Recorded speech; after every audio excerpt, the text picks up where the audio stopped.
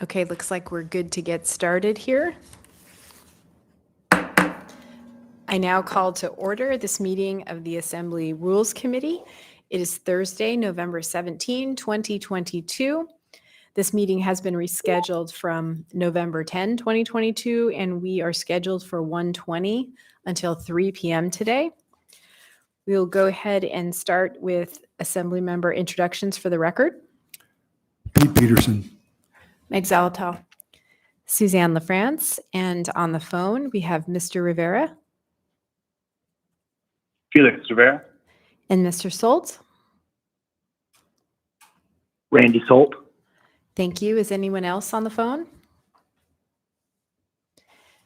I want to note that Austin Quinn Davidson, Chris Constant, Kevin Cross, Daniel Boland, and Forrest Dunbar are excused. So we'll go ahead and turn to the agenda. Reports. I will just note that yesterday the Ombudsman shared with us an email that contained the link to the FCC survey regarding community council boundaries, and they are trying to get that out quickly to community councils and get feedback as soon as they can for that process. So if you have not seen that, members may want to share it with your community councils. I know there was a question at the FCC meeting last night about the role of the Assembly, and that some community councils may be coordinating with Assembly members in regards to any proposed or desired boundary changes. So just an FYI on that. And that's all I have. Claire, are you on? Okay. This is not a regular meeting, so we'll just kind of go through the reports quickly. Barbara, do you have anything? No report. Thank you, Barbara. Unfinished business. Dean, did you have anything you wanted to mention in regards to the potential lawsuit with the state of Alaska over the BSA education funding? Oh, Barbara? Through the chair, on the agenda, we wanted, since this is a rescheduled meeting, we wanted to include the unfinished business, but you asked me to include that little note that says updates on unfinished business to be presented at the December 8th meeting. Thank you, Barbara. So we'll go ahead and skip that section. And unless anyone has anything they wanted to mention now, but yes, we'll cover that at the December 8th meeting, or all three of those items under unfinished business. And we'll go straight then to new business, conflict of interest disclosures. Dee Ennis. Okay, thank you. I asked to present on this issue because I think that watching the Assembly meetings can be fairly painful about the disclosure process. Okay. And I think you have an opportunity to fix it. It's just that simple. It doesn't need to take numerous meetings. It doesn't need to take serial emails that we can get this done. So the purpose to me is to get your input on some suggested questions I have or I've put together, but to give you some context, which I think will be very helpful for you. So first of all, a little 10-minute context thing. And by the way, I've given you two handouts. One is the current code, which is a page and a half long, and then my questions. So ignore the questions for now. But if you turn to the code, it's 15.060E. Do you not have that, Suzanne? Oh, okay. In E, this is the problematic section, and it says substantial financial or private interest, whether the financial or private interest disclosed is substantial, shall be determined on a case-by-case basis with evaluation and balancing of these factors. Here's the first problem. These factors were never meant to be questions, and they were turned around as questions, and they don't make sense as questions. So the first thing is the whole use of this has been, it's been misused. And I think this all began with Amy, if you want to know the truth, Amy Dembowski and firefighter husband when she kept disclosing a 30,000 contract 3 stations over from where her husband worked, and you had to go through, like, figure out something to do for every single thing she disclosed, and it drove everybody mad, and yet she was actually doing the proper thing. Finally, she came to the ethics board, and we provided some guidance on disclosures. But I think that's where it all started. So now people don't know what to do. So we had a recent member who had quite a lengthy disclosure. And after that, Felix, and I hope I can call you all by first name, Felix said, well, are we going to ask the questions? So we need to get the process down. And I think the questions can be much more helpful.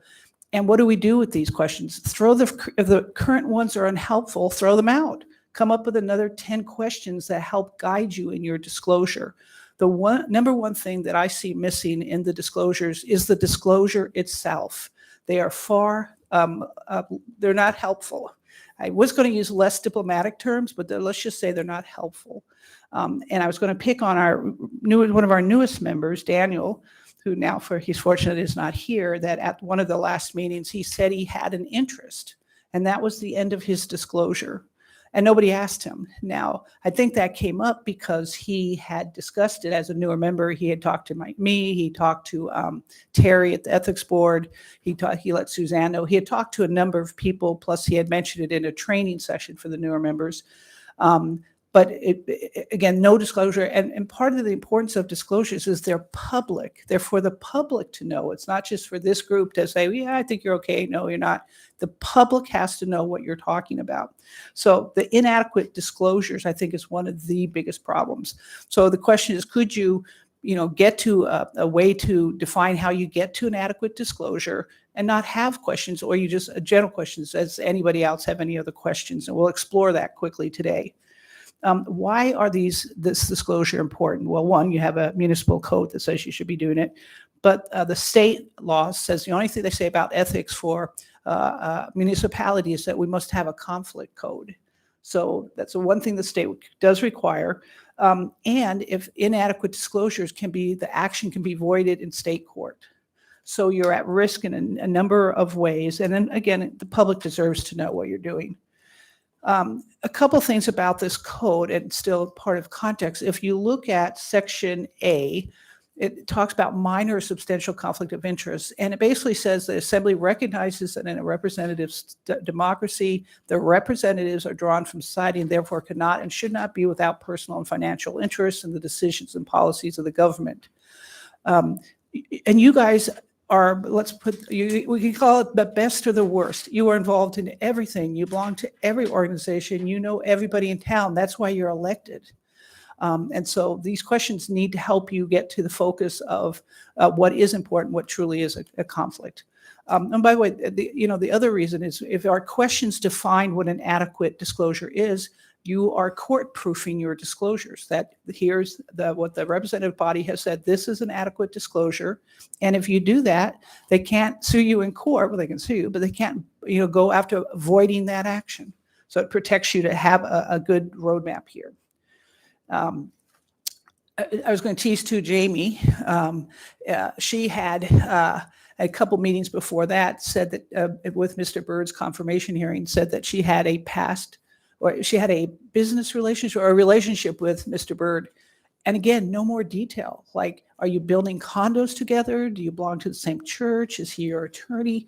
No questions whatsoever. And the current questions did not flush that out because the disclosure is answering the questions. Do you have a substantial interest? No. Again, the disclosure doesn't do that. A couple other things just quickly is official action. Conflict of interest arises around official action. For you, that's pretty easy. You're voting on matters. So it's not a difficult thing to figure out what official action is. And the other thing is, in a code, one of the provisions here, we don't need to look for it, is that the ethics board does not have jurisdiction over the assembly body's determination of whether there's a conflict or not. So if you all say, nope, this person does not have a conflict, it doesn't go to the ethics board. You're the people who are in uniquely the right position to make those decisions. And so that is respected. So let me go to the questions. So if you can turn to that was single page, and it says repeal and reenact current section. Oh, and I did forget to give you one other thing is these questions in this code were written into this in 2007 in the old code that was not revised in the ethics rewrite. Perfect time to start revising it. This is 13, 14 years old, and they're not helpful. Get rid of them. It's a simple code change, okay? And by the way, the role of the ethics board, this has been languishing at the ethics board for many, many years. Felix, I think, made the first desperate request, D, help us. And then Austin did, and Suzanne did, and Meg did, and then Pete did, that everybody has recognized that. So it's sort of fermented up, but there's still a busy board. My hope is that you help me with these questions today. Say, yeah, D, this isn't helpful, or no, what about this? And then we present that to the ethics board, and they weigh in one meeting. They are a very, they're a very smart group. They will have interesting input, but they just don't have the time to start at the bottom like you in this meeting, I hope will do. So I'm going to turn to the questions real quick. And you'll see I would rename this whole section instead of substantial and whatever it was, financial interest, to adequate disclosure. That's the name of the game and what is not being done right now. So first thing, identify, and then I'll run through some examples. Identify your interest. Is it an individual, your individual, immediate family member, household members? All those count.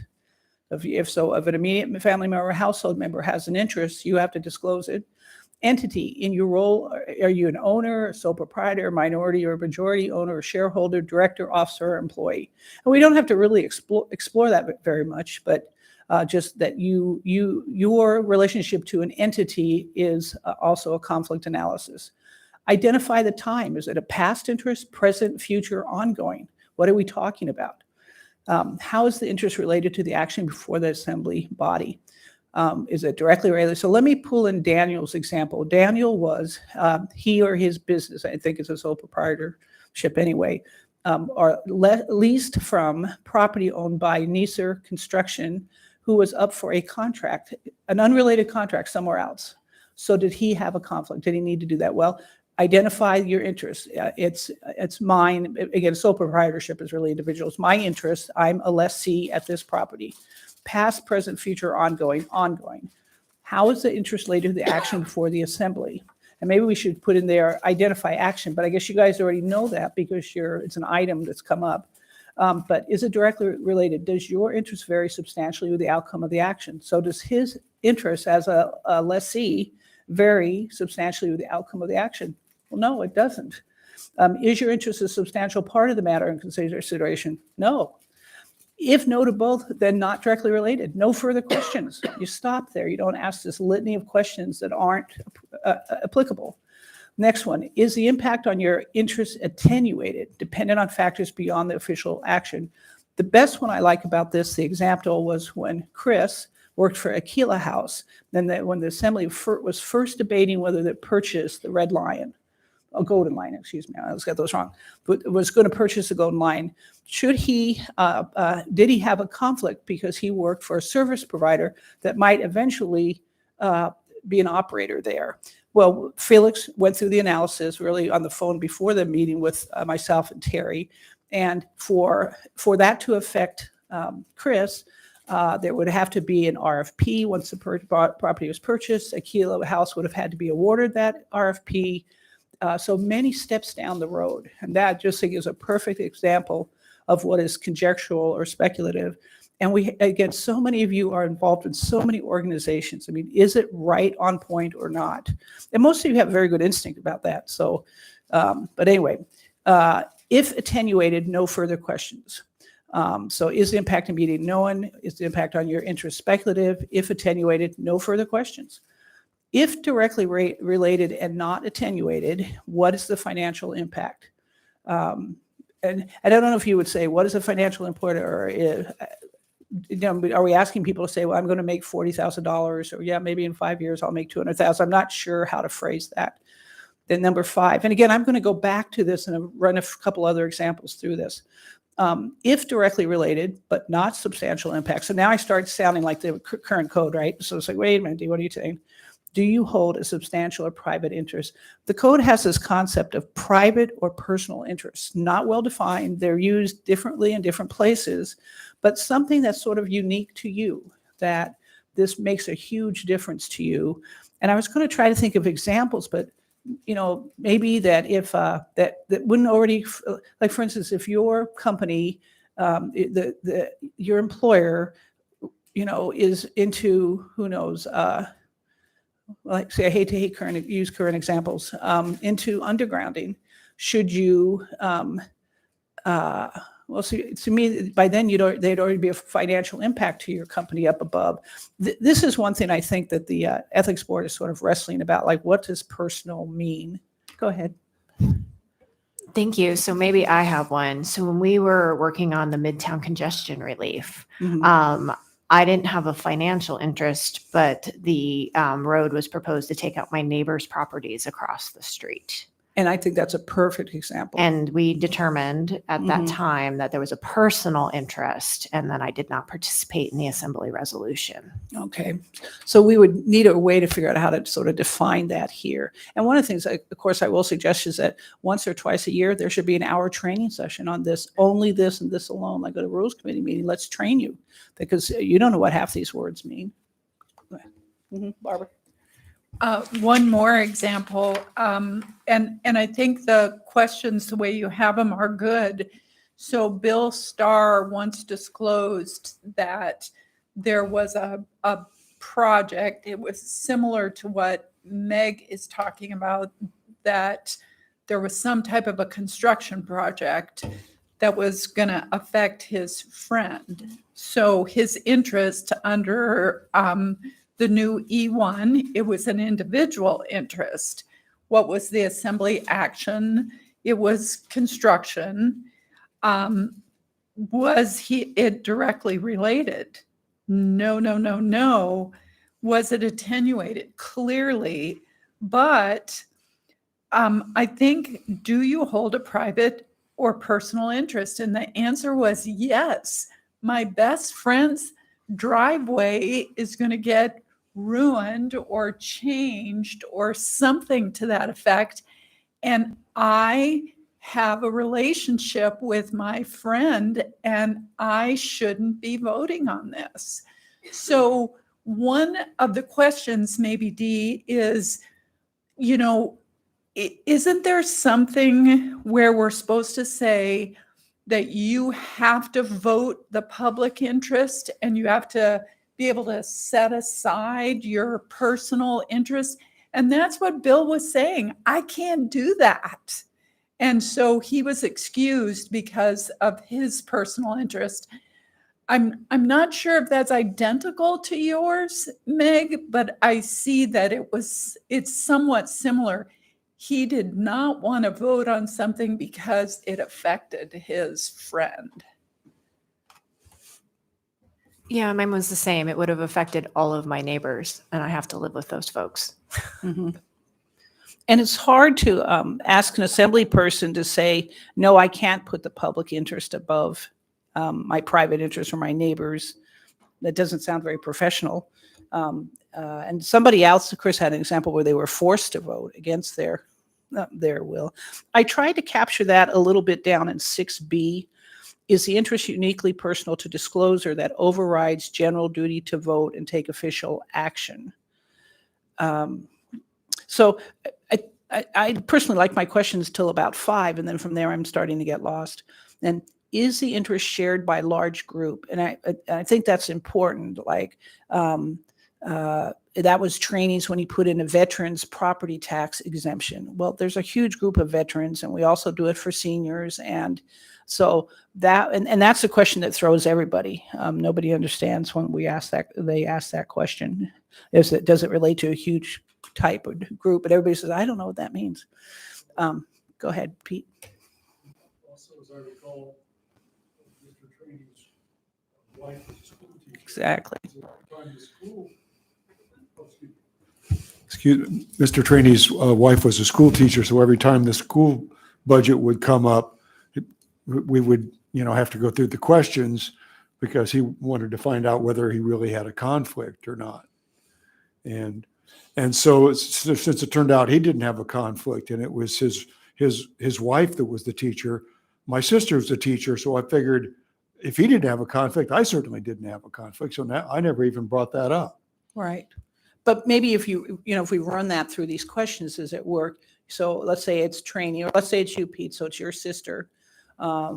Identify your interest. My immediate family member, my sister is a teacher. So somewhere in here, I need to put identify action, but past, present, future, ongoing, obviously. Is it directly related? Does her interest really vary substantially with the income of the action?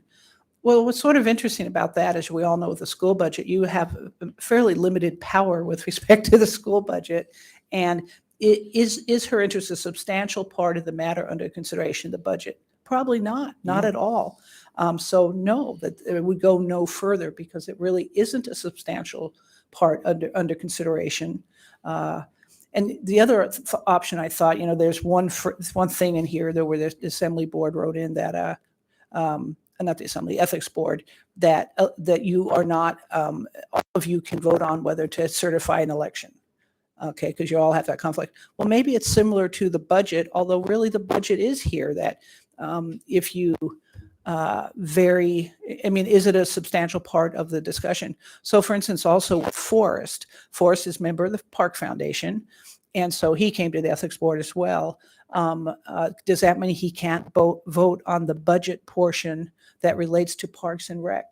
Well, everybody likes Parks and Rec. So again, it does it very substantially. His interest as someone on the Parks Foundation, that's the interest, that's the entity. And I would say no, unless there's a direct or potentially direct grant to the Parks Foundation. So maybe it's on this. So I think 3A is really important. That's directly related, and people need to get this. What was that? I'm sorry, was that from my mic? We think. Oh, sorry, I wanted to ask about that since you mentioned Forrest Dunbar's example being on the Parks and Rec Foundation. Obviously, a grant directly to the foundation, would have conflict. But the general municipal budget, I think we bifurcated out the Parks and Rec Foundation portion, and he sat out that part. Did he vote on the overall budget? And I think I've talked about this with a couple other members. Was he being, I guess, he can vote on the rest of the annual budget, not the Parks and Rec Foundation part?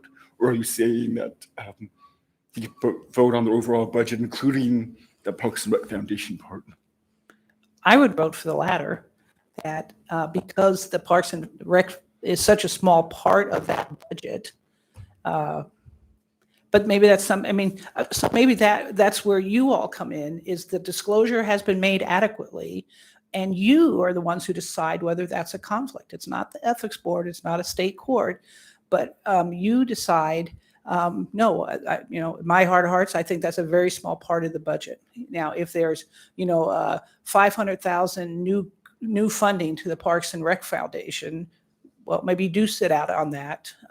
It's almost like you work it out. You figure it out what in your heart of hearts, because you're the people uniquely in the situation to decide whether you think that's a conflict. And just the fact of disclosure, I think, really lessens the conflict, that everybody knows what's going on. It was hard with the ARPA funds, I think it was, when John's wife worked for some group that was going to get 250,000, and Forrest was in one of them, and there were like 3 of those that were pretty direct. I think we never did address, and I didn't see this part, where for Crystal and Jamie, where money was going to their community councils. And should that sort of be a codified thing? Because those are general, they're not government, but they're civic organizations that represent that community. That would be like your, the chamber that people go to all the time, the weekly meetings, business meetings here, that half of you go to those anyway.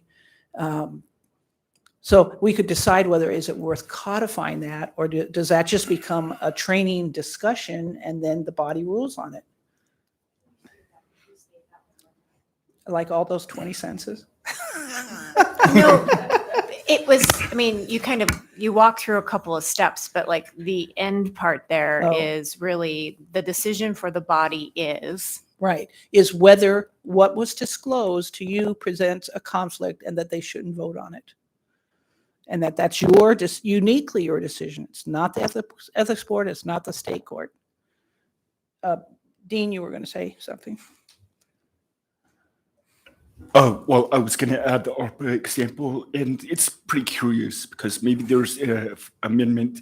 If I could use sort of an example, ARPA for 48 million is for the body members make an amendment to add 1 million for an organization that another member is maybe involved with a director or employee or something. So now it's a total of 49 million. So members conflicted out on the amendment, but it comes back for a vote on the resolution for 49 million as amended. Is that member now Yeah. still conflicted from that vote? Again, Or that's- no? I guess that's- that's a decision for the body. Yeah, that's a decision for the body. My vote would be no, they're not conflicted out once that amendment has gone through. Okay. Yeah, but again, I That think that. helps clarify some situations we've talked about in the past. Uh-huh. Well, and at some point, in a training session, we would figure out like 15 scenarios, and those are some of the ones that were tough. Those budget ones. Could we take it out of the realm of a specific appropriation more into a policy decision? Because I think that's where it's tough. So policy decisions where someone, how do we apply whether or not someone has the interest if there's a policy question before the body? So either through a resolution or a change to code. Well, one of the other things I harp on all the time is that elected officials, you are elected to have an opinion. You are elected because some of your associations and so if you are, let's say it's Forrest in Parks and Rec. I mean, again, he's within his rights to favor keeping green things downtown and growing baskets of flowers. That's well within his right. So I think I'd have to be presented with a harder example, and of course I cleverly picked out easy ones. Yeah, but so again, at another training session where, excuse me, I'll get back to the mic, where we would really come up with some harder. But I do think that personal one is a hard one. The personal private interest is hard. But your example is perfect. The road going through your neighborhood. Yeah, I think on the policy, it's more like, this is one that's happened in the past, so I don't mind discussing it, but it's well known. I have a financial interest in the Anchorage Coalition to End Homelessness. But if an ordinance came up to allow the director of Parks and Rec to unilaterally extend campground times, and there happened to be a lot of people experiencing homelessness there, where do you, that's a policy decision. Mm-hmm. And at that time, we went through a disclosure and we answered the questions, even though maybe they weren't meant to be used that way. And we came up with no, because it would be rather attenuated because the use of the campground in the moment wasn't a homelessness response. And regardless, the organization I worked for didn't have an impact, couldn't impact the outcome of that. So, what that almost says to me is that maybe policy should be another carve out, that you are all entitled to your opinions about policies, you're elected officials. And I was thinking about that in terms of the equal rights ordinance, got shot down the first 1 or 2 times. So if you belong to a church that is adamantly opposed to equal rights, does that mean you can't vote? But other than that, oh no, you want 3 of you are part of a church that is very supportive of that community. So again, policy to me, it goes closer to that. You are elected to have opinions, period. And you can, and freedom of association, the attorneys in the room knows that means you're welcome to go to a church that is either for or against that, regardless of that action coming in front of you. So policy, is there a way to maybe carve that out in an effective way and say, and by the way, this doesn't generally apply to policy. It's a policy only. You have an absolute right to have your own opinion about anything. When I talked to, in an informal consultation with the chair of the ethics board, it was whether or not the organization that wrote you a paycheck took an official position on the item or the topic under consideration. And I think official position is where that starts to get tough. You know, if does that organization issue official positions, or is that really more tied to opinion, or or are there specific ways to issue an official position? But that was part of the conversation Well, there. And I think the problem too with the official position is because you are part of that organization, if they take a official position, don't you have to take that same position? So they're jumping there to that conclusion. And again, I think that's the one thing that was hard. I was hoping they were going to have the ethics board meeting yesterday to discuss some of this, because that's the one part. But let's discuss that. If your organization takes an official position with respect to a piece of legislation, I don't know. I think you disclose that and then ask the members of the body, do you think that you can vote there is language in the code that you say, I can hold the public above my personal, but that is sort of a tough position, because if your organization wants to go to A and you're not going to support that. So that is a hard one. Yeah. Could you please go through the questions on that? And after we do that one, I think we should do marijuana, because I think marijuana is another one. And I'm going to say the difficulty is you've mentioned Meg's organization taking an official position, but what if it is a church? And I'm not sure that churches actually take official positions. And then it goes, what if you're on the board of that church? What if it's an unofficial position? So I think this is really worth exploring. And I'd like to go through the questions that you've got on Meg's question, if we could, please. Okay, so go back to Meg's example, actually. So identify your interest, right, Meg? So what would that be? Your interest is as an employee and an executive director of an organization, of a nonprofit, right? It's obviously ongoing. How is the interest rate related to the action before the assembly? So we have to pick an action. So the action is, would be the campground. Is that a good one? Or think of an action. I think the campground's a fine one. Or, I mean, you could just pick any type of policy related to homelessness. I mean, it could be any of them. Okay, so pick one for me. Actually, this is a past one, so it won't come up. Should shelters be licensed? Okay, good. Okay, and so does your interest as an employee or an executive director vary substantially with the outcome of the action? So the outcome is, let's say, okay, so whether to license. So how would you answer that? I'd say no, because my particular organization doesn't run shelter and would have to just deal with the outcome of the assembly's actions one way or the other. We would support providers and we'd support users, but we wouldn't be affected directly. Okay. So see, to me, that's a perfect answer. If we could get people to elaborate like that, by the way, because what's going on now, does your interest vary substantially? People are saying yes or no. Not at all helpful. Someone else was raising their hand? Was that you, Dean? Oh, okay. So that was a perfect answer, Meg, because you're explaining to the board why because they don't know. They don't have an idea. So we're saying yes or no to answers that should not be a yes or no answer. They should be informational. Again, and that's why I call this whole section adequate disclosure. It's not called, questions or factors, but to help, does this help people get closer to an adequate disclosure, some of these questions? And again, I think it does up to number 4, but go ahead, Dean. Did you raise your hand? Oh, okay. So I think that's a great example, though, Meg, also just the license that you explained why that isn't a direct impact. Because right now, people are assuming that anybody who's involved with any homelessness organization, everything is a direct impact, instead of explaining why it's not. Although at the end of the day, your group makes that decision. So, Barbara, what other one do you think we should walk through?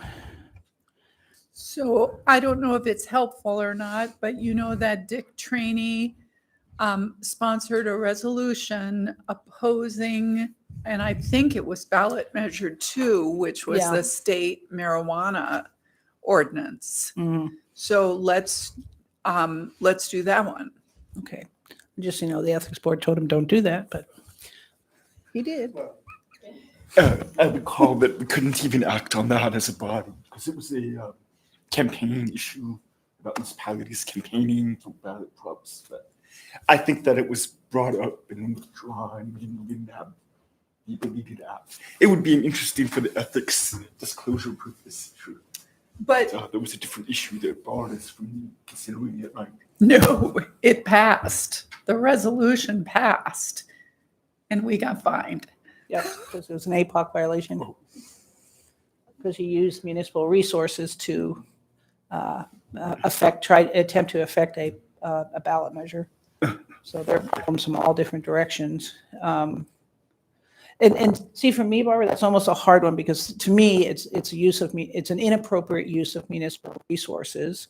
Now, on the other hand, though, if you're allowed to have your own opinion, and I think we sort of solved this problem in the ethics code, can you use municipal resources? And I think we said directly that you can have an opinion if you use minimal amounts of resources, such as clerk's time or something. APOC got mad about Julia spending a bunch of attorney time trying to get the ethics board to change their mind. And just so you know, I thought this was interesting, it's unrelated to this, but the ethics board was very much, it is not up to elected officials, however, to tell people how to vote. You can't say you should vote against this. You can say, I think this is a bad idea. I mean, Dick went way overboard in his, they're going to be deformed children. I mean, it was just like way over the top. But the ethics board really took offense, which was interesting to me, that you don't tell people how to vote, that's a line there. But go ahead, Barbara.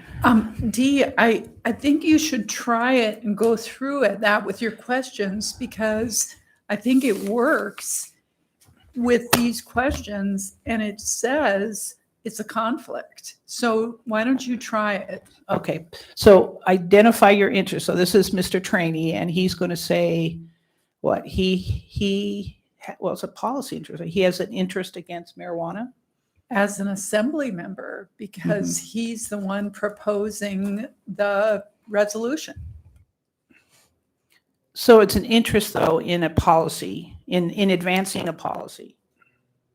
Is that what you would call it? And it's at least present, so that's fine. How is the interest directly related to the action? Well, he's trying to get the assembly to pass a resolution. Does your interest vary substantially with the outcome of the action? Yes, either they support your resolution or they don't. Is it a substantial part? Yes. So you go back to, is it attenuated? No.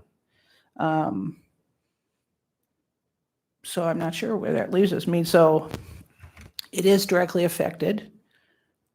Yeah, see, Barbara, so I'm lost in my questions on this one. Do you have any suggestions? Yeah, I think you're going to end up at number 4, which is what's the financial impact? And I think it's unknown, right? So you're going to say it appears to be minor, but then I think you would skip to the other factors. And let's try the other factors. But it is an interest shared by a large group. I mean, half the voters liked it and half the voters didn't, right? It's a policy issue that all voters are going to get to weigh in on. But B, that's uniquely personal to him, I just don't know. See, I don't find my questions helpful So on that issue. if the interest is in passing the resolution before the members, then it is not shared by a large group. And I guess this could be how you ask the questions. His interest wasn't in marijuana passing or not, because all of the members can still have an opinion about marijuana and you're entitled to express that opinion. The interest here is in passing a resolution before the body about marijuana. And so I would say the interest is not shared by a large group. It's the 12 of you. And is the interest uniquely personal to the discloser? And I think that it breaks down there. I don't know what the answer is.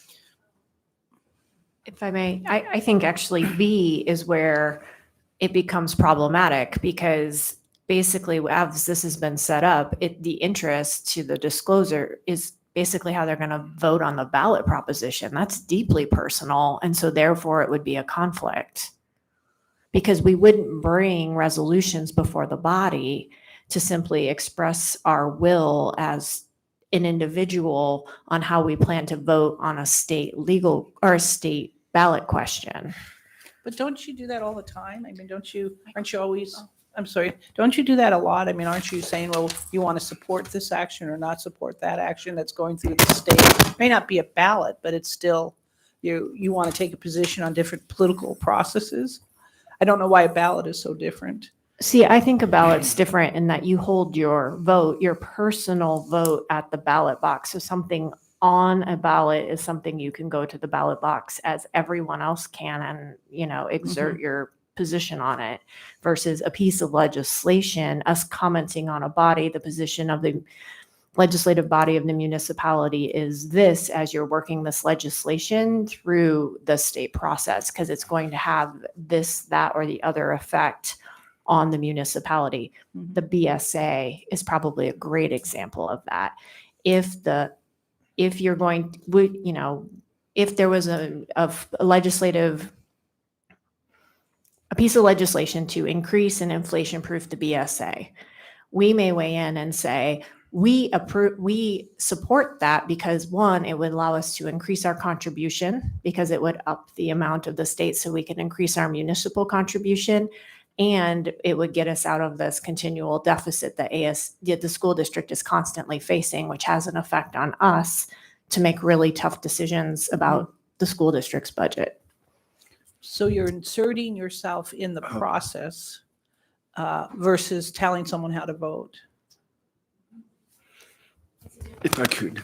Go ahead. I think that the definition of private interest is relevant here because what you're speaking of is something that generally affects everybody in the municipality or even the state ballot measure on marijuana. Every voter in the state has that ability to vote. So it's not distinct from the public at large, right?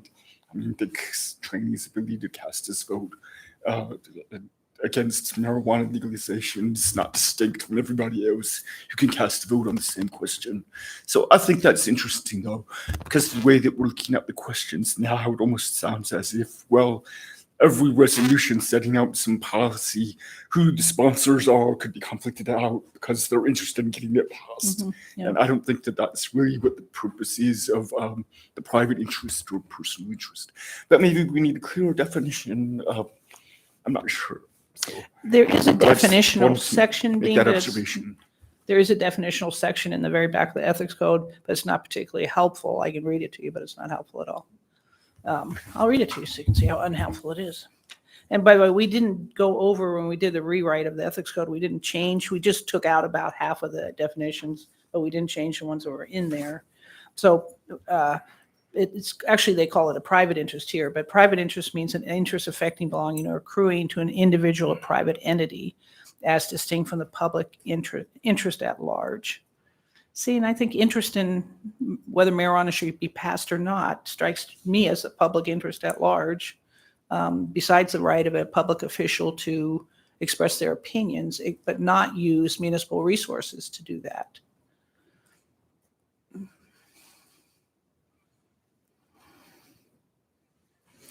It's an interesting example because everybody knew it was wrong, but we couldn't figure out how. And then APOC solved the problems and it was wrong.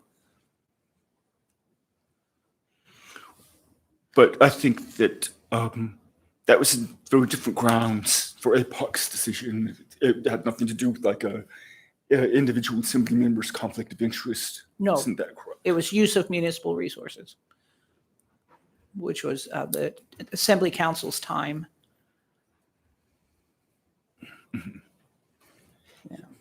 And that was under APOC's statutes regulations. But again, but even the ethics board, well, they were offended because Dick was trying to tell other people how to vote versus I think what Meg was talking about, that you get involved in a process for that, what does the BSA stand for? Base student allocation. Okay, I was going to say, what did that stand for? We need to tell the listening public what that means. But that student allocation that the city does have a big interest in. I mean, that you're not trying to tell the state how to vote. You want to be part of the process. Well, I'm not even sure that matters, but you're trying to be part of a process to solve a problem. Yeah, so the Dick Cheney one is to be very problematic. And I'd almost want to carve policies out that just because you have a position on something, that shouldn't be the basis for a conflict. If it's a policy or policy decision. So yeah, if you think about just that we hold opinions, so let's say that there, there's a resolution for vote. Actually, how we vote on what is the equal rights or ordinances, that they prohibit discrimination. Obviously, if you spoke out and said, no, I think we should be able to do X, Y, and Z, the ramifications for you personally may exist regardless of your personal opinion. I mean, your employer may not like your personal opinion, and it may run afoul of the values they expect you to hold, being an employee of their organization. I mean, I think that's the interesting thing with the dual roles many of us have is this isn't our only job. And so we also have rules with our employers, but we're expected to know those and then know where that intersection is and then make the appropriate disclosures when it's necessary before the body. And that would be tough. My employer wants to discriminate and therefore. No, I'm saying You if know. I, as a person, said I want to do that, as a policymaker, but my employer is like, oh, well, we can't do that because, we have to abide by all these things. We take federal funds. So, now you have to deal as an individual with the ramifications of what your policy decision may bring to you. I mean, everything's done in the public sphere. I mean, we Right. see this play out in other places where someone makes a public comment or takes a public position and maybe unintended ramifications occur because it's contrary to things that aren't unknown. I mean, it makes sense that it happened, but maybe it just wasn't under consideration when the person took the position they did. Okay. Well, Barbara, can you think of any other policy ones? Because it seems like this analysis it's difficult when it gets to the policy, private or personal. And now it works pretty good for financial interests and association interests, except for personal and the policy and the position. Yeah, I wonder if maybe under identify your interest, is your policy position, is that an individual interest or would that be like a C, that it's a policy, or maybe policy never fits here? But the other policy that I thought about is, Suzanne, I think you may have been involved in the coastal management plan. Who was involved in that when the assembly passed a resolution It might have been awesome. to tell the state to do a coastal management plan? Oh, okay. It So wasn't that me. isn't one. Can you think of another one like that where, Eklutna River is one and Dean might have another? Go ahead, Dean. Oh, well, I didn't want to interrupt Barbara's example, but I had another example to suggest we use. I do think we had a resolution that Mr. Constant sponsored. It was like supporting some state bill and state legislation that was before state legislators to, I think, offer the defined benefit plan for public safety employees to the state. And No, I guess I wanted to add two variations to the example. Mr. Constant, of course, had a policy example. We would retain better qualified employees for long-term. We had a defined benefit plan. So suppose that was it. But I guess my other variation is, what if his brother were a firefighter?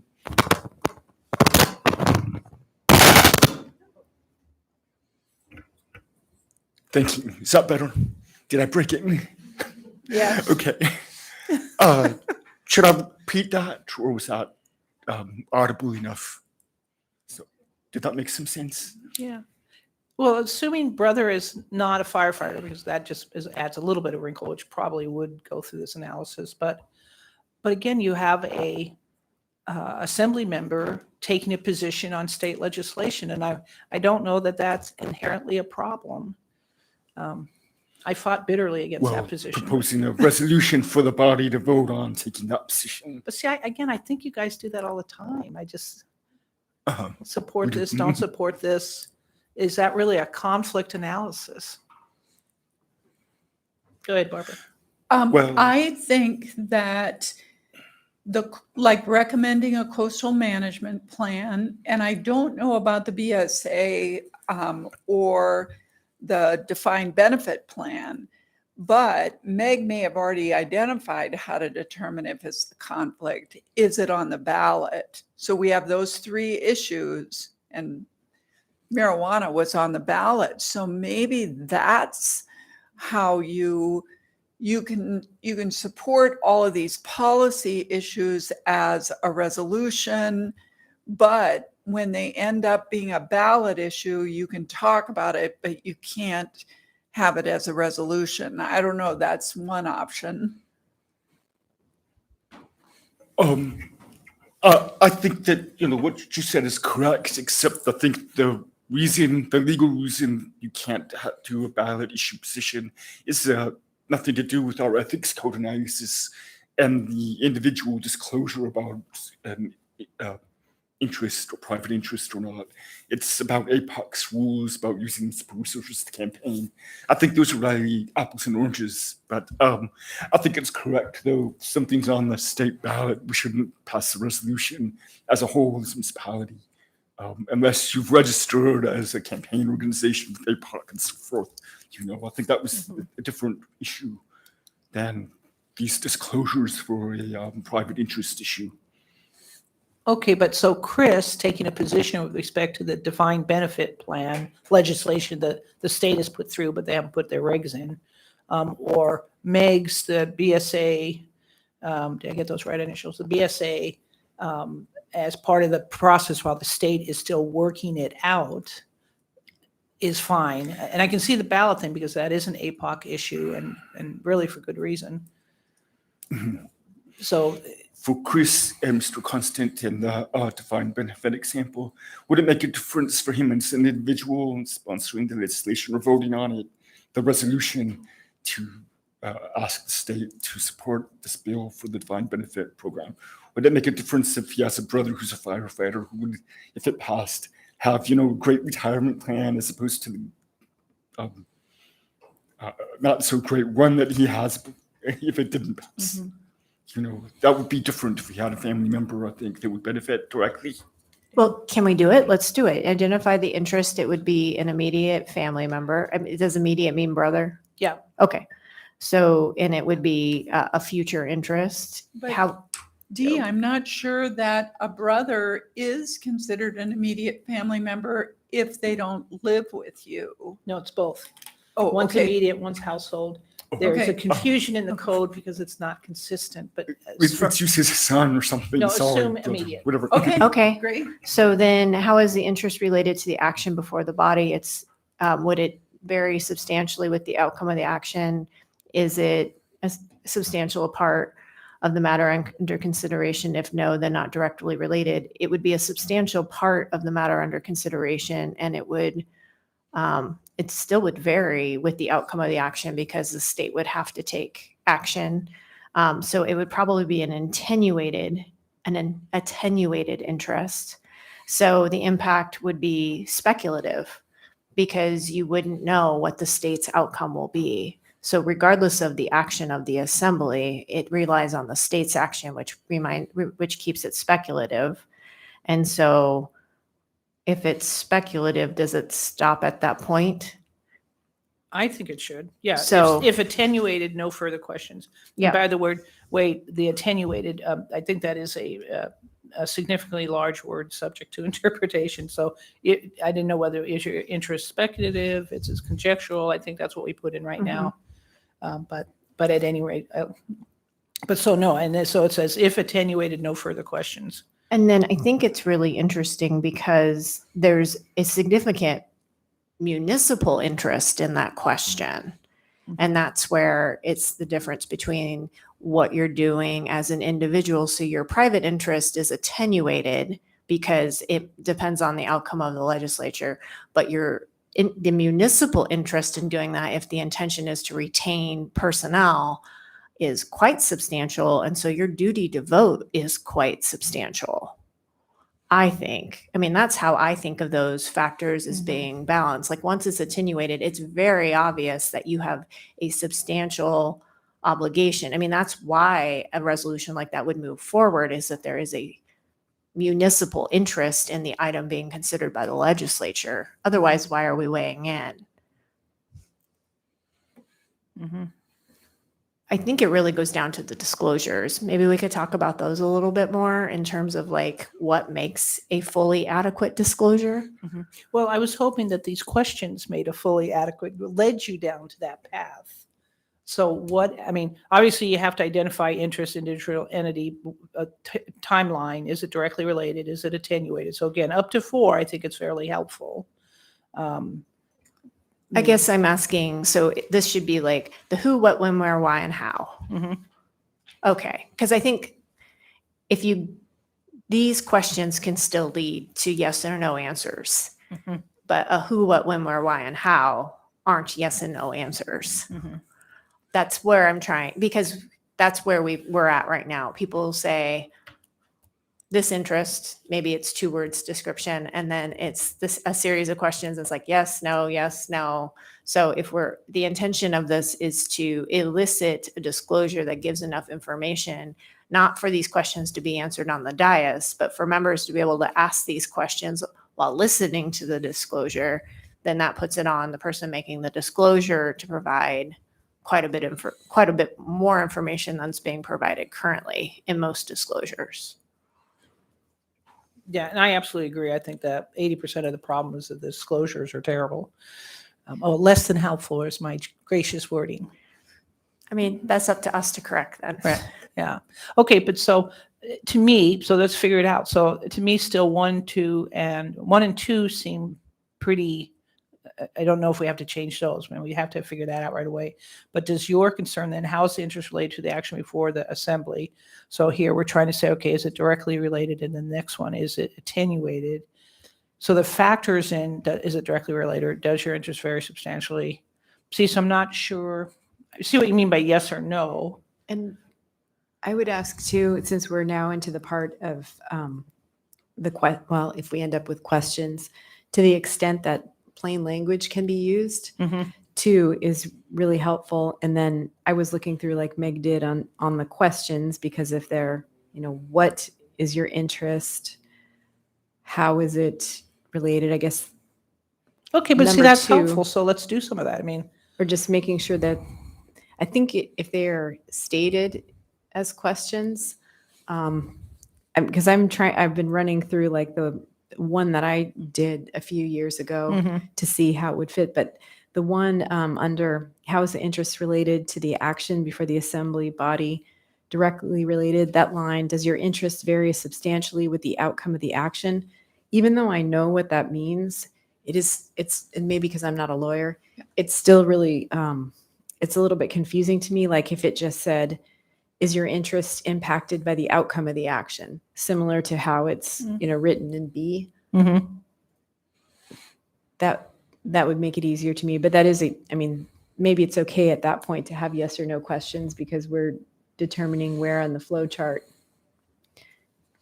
it goes. I mean, and the example that I keep thinking of, D, is the one pertaining to when I was employed at a Mhm. telecommunications company. Right. And they actually did not want me to have anything to do with it just because it had the proposed ordinance had something to do with telecommunications, even though I don't believe there was any financial interest or Mhm. personal interest aside from perhaps I would have been at risk of losing my job had I participated in that, which is kind of an interest outside even Mhm. before getting to the question of voting. Mhm. Mhm.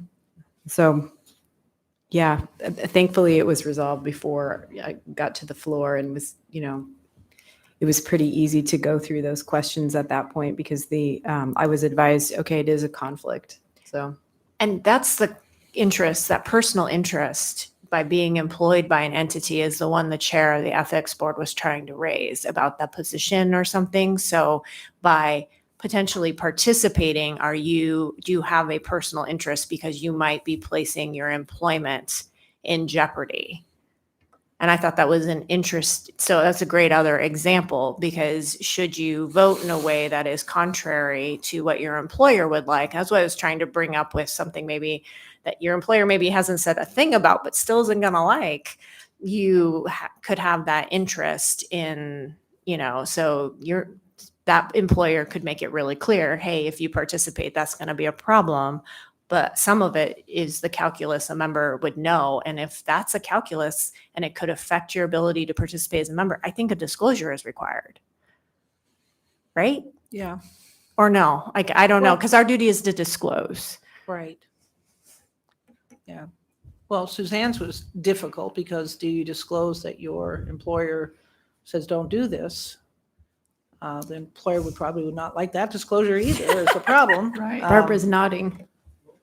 But what if it became a conflict because we were talking about a contract with your employer's competition? Now that could be seen as a conflict as well.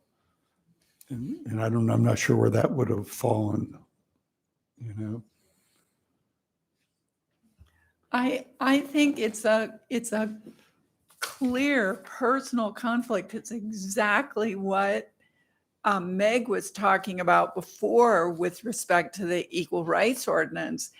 You have a personal interest in your employment and where your employer's interest conflicts with the public interest or your personal interest, you have a conflict.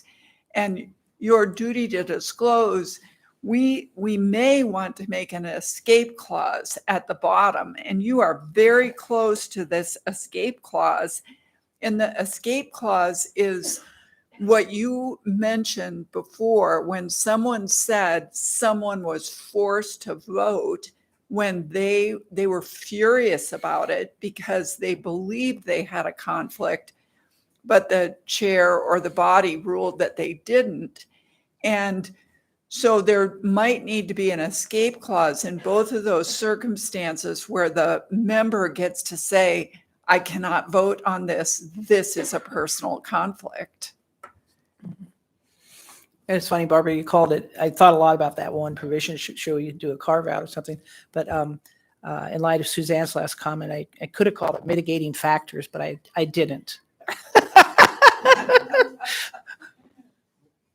Of course, at the state level, they do it completely differently. If you're in the legislature and you stand up to say you have a conflict, all it takes is one member, saying that they want you to vote because whether you have a conflict or not, they object to your having a conflict, then you're required to vote.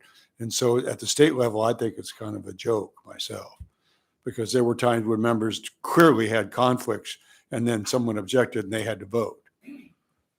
But there was also a couple of times where members said, I think I'm just going to take a bathroom break about now. Right. Okay.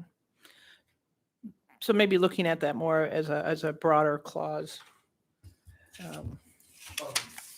I mean, I think that this discussion partly needs to also consider the code we have for assembly members, specifically at 23070, the voting, duty to vote in subsection A, 23070A, and the duty to disclose under B. So, and that's where I think assembly members are in a unique sort of difficult position. But I'm not sure they have that similarity with boards and commissions and their voting. A board commission member could just abstain if they feel they, I can't really vote fairly on this because of my personal beliefs, right? We don't have that abstention. I mean, abstaining sounds like the escape clause. But so maybe there's more than just the ethics code to look at if we're talking about adding something like this. Okay, we're making it hard now. Well, I mean, I started making the longer disclosures because members were saying that they thought the conflict was too broad and they wanted to weigh in more specifically because we do have a duty to vote. So I think I think it centers all around the disclosure. And I mean, and that's our duty. I mean, what happens after that, I think, is a little bit harder. If the body votes and you don't like the outcome of the body's vote, then I guess the member has to make a choice of what's next. Barbara? I would like to suggest, along with what Suzanne and Meg are saying, that add the new code where we say adequate disclosure, there's a description of that. And we could use the who, what, when, where, how, and explain in a narrative what an adequate disclosure would look like, because it would be really nice if a member would come to the table and say, I need to disclose that I have an interest in a new road that's being built in front of my business. I am the sole proprietor. I it's a present and future interest. It will result in additional business for my business. They're actually building new parking places, so it will really help my business. It is not attenuated, and the financial impact could be large. And it's not shared by a large group because the road improvement is only for about 2 blocks.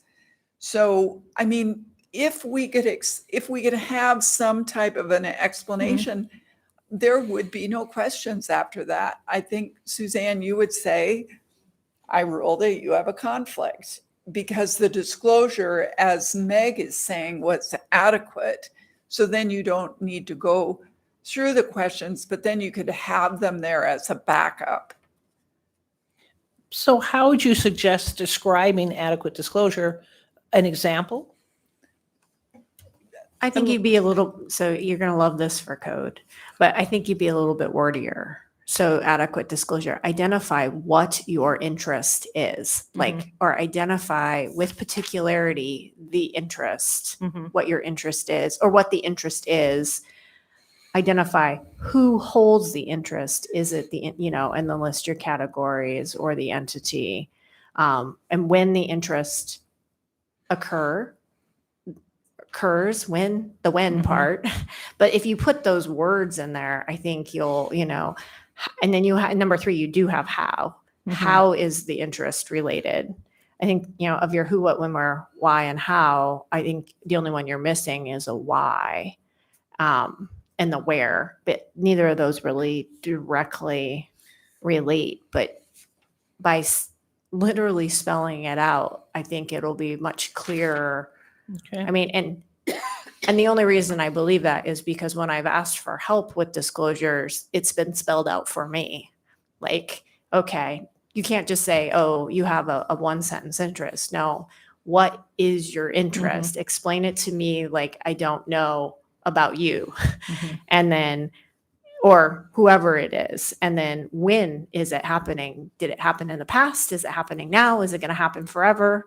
And that was really helpful, that conversation. So I I think it will also guide members if there's any follow-up, or the chair, depending on who's making the decision, to say, okay, I got the what and the who and the how, but I'm not clear when this interest is occurring. Could you tell me more about that? Because I think that's better information to get out on the record than a question that no one understands. And by the way, I thought that one of your disclosures regarding the coalition, as after you gave that longer disclosure, then Kevin did try to question what you had said. He's like, well, wait a minute, I don't understand this or that. And I thought that that's what it should be. It should be members saying, wait a minute, what are you talking about? So I thought that was very helpful. Oh, yeah. I mean, talking about conjectural and there were a couple other things in here. I mean, just even varying substantially just in the context of that. I know there were a few times the answers were, I don't know how to answer that. Well, then a lot of times I know what the conflict is and the answers are just wrong. It's like, oh my gosh, that's not really true what you just said. And just because I don't understand it. We had Terry one time when who was the chair of the board for about 10 years.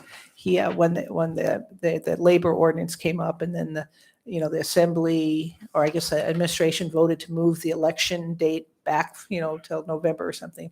And so all of a sudden Terry got very interested in watching the disclosures, and he was so appalled as a tenured philosophy professor. He's just like in pain watching the disclosures.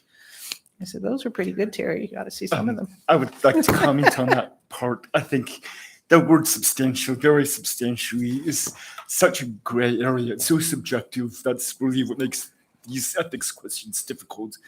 All those subjective questions, I think, and especially this one, and to use an example, well, not really an example, but any member that wanted to disclose a conflict gets to that question. Does it very substantially impact on my interest very substantially with the outcome? If I'm a member who really wanted to participate because I like this action, I would say, oh no, not really, I want to vote. But if I'm a member who doesn't want to vote because my boss might fire me, I said, oh yeah, this varies hugely substantially. So, I mean, you might have the same facts and everything. It just depends on if this member wants to vote or not, how they answer that question, if it varies. And that's just very subjective, right? So I think that's difficult. Yeah, Barbara. So Dean, on that question, I have an edit that was partially Suzanne's edit. And so this would be on 3A little I. I'm suggesting that we change these to describe how your interest varies with the outcome of the action. So, and maybe we could wordsmith that down. I think Suzanne is right. We don't want to use the word substantial, but we want people not to say yes or no. We want them to describe how the interest varies or how it changes with the outcome of the assembly action. And if someone is talking about that, then we're back to what both Meg and Suzanne are saying. Most of the time, you're going to say, I know that's a conflict, or I know that's not a conflict. But what you don't want is people to do what Dean's saying. You don't want them to answer the question in a fashion that you have to rule that they don't have a conflict. It's not descriptive. It's not helpful. Would that be the impact to the interest? I guess I have a hard time still, Barbara, because in my mind, my interest doesn't vary. My interest is the same as it was depending on the action, but it may be impacted by the legislation. And maybe, again, it's because I'm not an attorney. Suzanne, I'm up above you. You're on B and I was on A. No, So I'm on A. Yeah, no. How on A, directly related. How does, I think you suggested, how does your interest Describe vary or how describe? how your interest varies or changes with the outcome of the assembly action. Suzanne, I think to meet your concern, you can just reverse it, is describe how the outcome of the action impacts your interest. Yes. You just reverse Okay, it. got it. Okay. But I think if we ask those open-ended questions, Yeah. we're gonna get where we want to go. So can I use the word attenuated? As long as you put that part in parentheses, dependent on factors beyond the official action, Okay. or Okay, I'll look that up in the thesaurus, the attenuated, see if I can find something else. I did think about that last night. I said, oh, you're not going to get to use that word, I can tell. But see, people didn't know what speculative and conjectural meant either, so I think Well- speculative people understand. well, I think too, when you're the person making the disclosure, I know it's like, oh, how do I know how this is? I don't know how this is going to impact, or even if it will. So that was, I thought, a particularly difficult one, or just maybe very, as Dean was saying, very open to interpretation. And yeah, Barbara's nodding. Although, that's a good one. Describe how, for just what you just said, describe how the outcome of the action impacts your interest. And you would say, geez, I don't know. So many other things could happen. So you've sort of already, you've already led yourself down to the attenuated path. Yeah, and I think that then it puts you, I think if each one of these questions starts to drive you into one of these chutes, then we can drill down deeper into what is there to get down into, by the end, the other factors are rarely going to need to be needed, I think, because it's going to become more and more clear earlier on with good disclosures, whether or not there's a conflict. Okay. That's how I read it. I read this as kind of like a chart that you kind of work Well, your and way I down thought till about, you get do to we yes make for a little conflict or chart? clearly a no. And, maybe we make a chart, but the other thing to remember is that the chair and the member should have, this stuff training. So this is clear to you at the very beginning. This shouldn't be such Greek, like you're reading these words for the first time, and that we've run through a number of these examples. So I think just an hour to 2 hour training twice a year would solve a lot of these problems anyway, but we still should have clearer questions. Okay. And I still, Barbara, I'm interested in maybe try to draft a little paragraph that is this carve out about, something uniquely personal to the disclosure. But generally, half the time, then you won't want to disclose it. So, okay. Well, let me think if I can think of any other examples. Or other than that, I think I've been given a lot of information from you, and I will try to revamp this a little bit, because that's exactly what I wanted, was that your reaction to it, like what's helpful and what's not helpful. And so I will revamp it along the lines that you have suggested.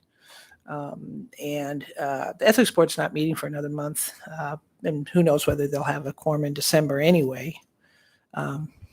Maybe we can take it for a test drive Tuesday night a little bit, because I know I will have a disclosure. So, and I've been writing it in responsiveness to the questions. So I will, this is still the questions, just written in a different format. So I'll try to utilize a little bit of what we talked about today, because I think that'll be a good way to try Yeah, it, try and it. then see if any members have questions following the disclosure. And at some point we would, once we get this further on, but we would have the actual training that says, and Felix, if they do enough of these, you don't have to ask the questions, because that clearly bothered people. Like, wait a minute, you're varying from our past practice, which was already, turned upside down. So. I was going to mention that actually, about how I think maybe some members find some reassurance in asking the questions, because even though some of them are at times difficult to answer or just confusing, there's some comfort maybe in knowing, like, okay, I put it all there in the same structured way. So I think if we do change the approach, we should be prepared to speak to that on Tuesday, in case there are some members who haven't had a chance to listen to the recording. And I don't know, Dean, if Is Tuesday too soon? Could I say that just let Meg try to do this by experiment, and maybe before the next rules committee meeting, I would revamp this and further along what you've all just suggested? I don't think it's too soon to No? improve the process. And I can try to, when I write my disclosures out, I can try to write it out so that you can see where it's like, I can chunk it out per the area of the question we're talking about, because I think that's a good way to see what information might go in each section, or maybe where I've understood it to be wrong, because I always share those written disclosures right before the meeting with the clerk's office, assembly leadership, and then municipal council, just in case. So they've got the written version. So if they're looking at it to make a ruling, they can also read it instead of just hear it once. So Felix, are you on the phone? I am, yes. So are you convinced not to ask the questions Tuesday night if Meg does an adequate disclosure? So for me, sort of the rationale of why I wanted to make sure the questions were asked is, I think, sort of getting to what Suzanne said, is there is a process that not only the members are familiar with, but let's be honest, the public is familiar with. And so if we're going to change it, I think we just need to be transparent in the way that we change it, and why we're changing it, rather than just doing it ad hoc, which to me, that's sort of what it felt like at that last meeting when I did ask the questions to be put out. Okay. Barbara?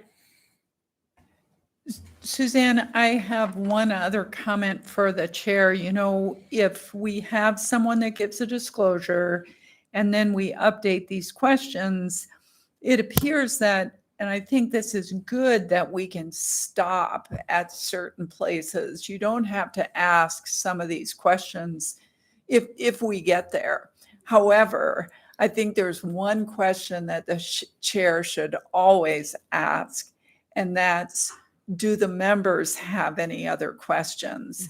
And that's something that Dee has at the bottom here, which I think is important, but I still think that should be, the members should always be able to ask any other questions without having to challenge the ruling of the chair. Good. No, and I assume that was the case, but I think that's a good idea, but maybe you should say, if you're on the middle and out at the end of the questions, I have enough information to make my ruling, and then when members have any other questions before I well, that's true. decide my ruling, something like that. I think that's a great idea. You're welcome. Well, I actually like just above the last item, B, where you have the uniquely personal interests of the discloser that overrides the general duty to vote. That's sort of like the Bill Starr sample that was given by the clerk a little while ago, where he felt, you know, he was between a rock and a hard place because it was his neighbor. And if he voted Yeah. to build that road, his neighbor's driveway was going away, and he wasn't going to have a good relationship with his neighbor after that. So, I mean, and if it passed, he could at least go over to his neighbor. Well, there wasn't anything I could do about that. I had to declare a conflict on that, you know? And so Yeah. at least he sort of slide off the hook with the neighbor. Well, and if you look at that current code, Pete, at the end of it, they have a couple paragraphs, you know, like 3-line paragraphs on different topics. And I'm thinking that is Barbara called it the escape thing or mitigating factor, whatever it is, and might be able to put into a paragraph by itself, because that's only going to come up sometimes. So you don't want it cluttered in these regular questions, I think. So my thinking is I'll try to figure out a way to put that in a 3 or 4 liner.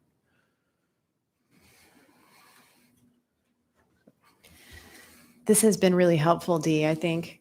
Does anybody else have any questions or comments or anything?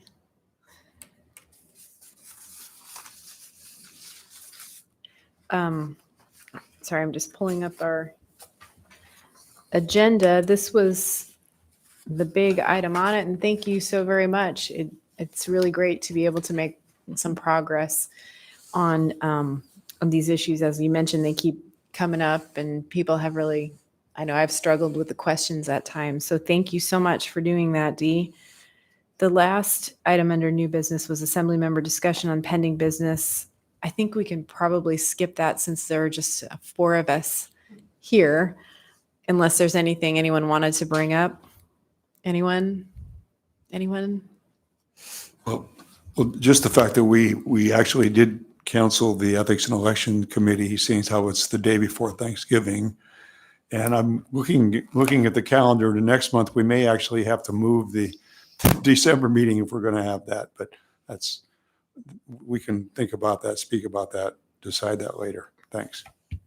And Thanks, Pete. Dee? For my part, I will commit to rewriting these questions with some of your suggestions within a week. And you do what you want with it, whether you bring it to a Rules Committee meeting or the Ethics and Elections. I'll just have it done within a week because, Okay. again, let's keep this moving. Great. Thank you, Dee. I don't think we have anyone here in the room for audience participation or online. And if there's anyone on the phone, and I understand there's one person who would like to participate, it's *6 to unmute. Okay, I don't hear anyone. Okay, so no one here for audience participation. That brings us to adjournment. Move to adjourn. We are adjourned. Thanks, everyone.